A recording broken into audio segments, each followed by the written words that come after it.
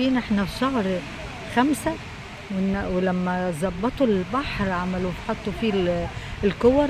الناس بدأت تنزل. شايفين احنا احنا في العصرية. المية والموج هادي جميل جدا جدا. شايفين الجمال. الناس نزلت، شباب كله نزل.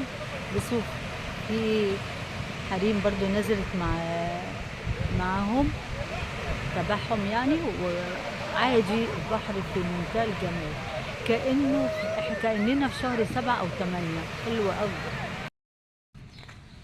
شايفين الجمال والمنظر بالليل كده. بعد احنا رحنا العصر وهنمشي كده بعد المغرب.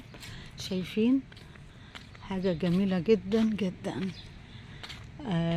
أتمنى يكون عجبكم الفيديو الجميل الصغير ده، وأقول لكم إلى اللقاء في فيديو جديد في مطبخ ماما سوسو. باي باي.